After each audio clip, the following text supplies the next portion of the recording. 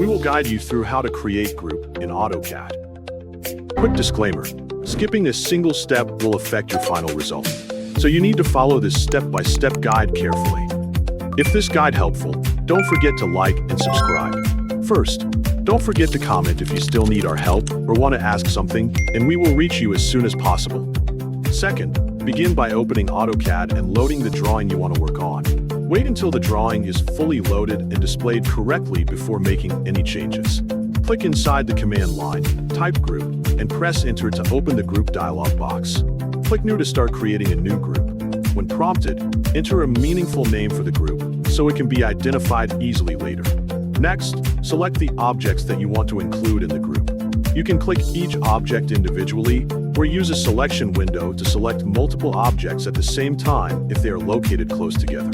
Continue selecting until every required object is highlighted. Carefully review the selection to ensure that all intended objects are included and that no unwanted objects are selected. Press enter after finishing the selection to return to the group dialog box. Click OK to save the group and complete the creation process. Move the cursor over the newly created group to verify that all group objects highlight together as a single unit. Click the group once to confirm that every included object is selected at the same time. To further verify the group, use the Move or Copy command and check that all grouped objects remain together while being moved or copied. If you need to rename the group, add more objects, or remove existing ones, open the Group Manager and make the necessary changes.